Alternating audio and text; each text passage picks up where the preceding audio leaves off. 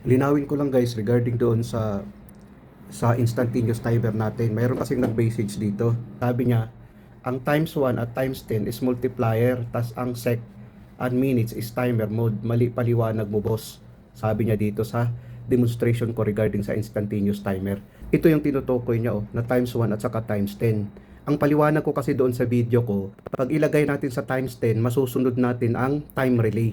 Katulad niyan, 5 seconds nakalagay, masusunod ang 5 seconds. Ngayon, pag ilagay mo naman sa times 1, hindi nasusunod ang 5 seconds kasi nakasetting siya sa seconds, hindi sa minutes. So, ngayon, itry natin ang ating paandarin para makita din natin, kapitan din natin ang motor. Ilagay natin sa times 10. 10 muna. Times 10 para makita natin ang function. Tapos i-on din natin to guys para gagana din ang ating motor. Kung makikita natin guys, nakalagay siya sa times 10, Times 10 nakalagay kung makikita natin. Tapos nakalagay siya sa seconds. Pag times 10 guys, masusunod natin ang 5 seconds. Nakasetting kasi ito sa 5 seconds ang ating relay. Instantaneous timer ito. Mayroon siyang maintaining contact. Try natin i-on. Ayan, gumana siya. After 5 seconds, gagana ngayon ang ating motor. Kung makikita natin, gumana ang ating motor dahil nag-activate ang ating contactor. Tapos pag i-off natin guys, mamamatay din, Ayan. Ngayon, kung ilagay natin to sa times 1, ilagay natin sa times 1, Ang times 1 kasi mabilis. Hindi maabot niya ang 5 seconds.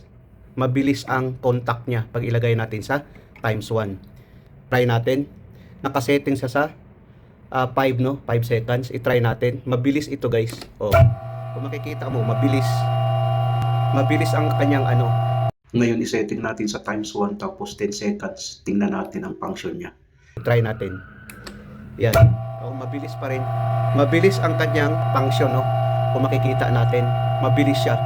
Hindi katulad dito sa times 10. Pag ilagay natin sa times 10, pag times 10 guys, ilagay natin sa 6 seconds. 6 seconds din siya. Kung makikita natin, i-try natin tapos mag-counting tayo.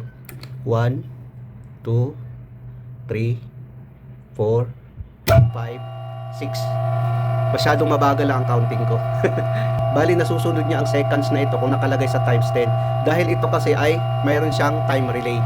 Kung makikita natin. Tapos mayroon din nagtanong kung bakit M. Itong M ay magnetic contactor. I-off natin. Ayan. Kung ilagay natin sa malayuan, ito na siya guys, Kung makikita natin. Nakasetting sa 6 seconds. Yan na siya. Yan. Gumana ang ating motor.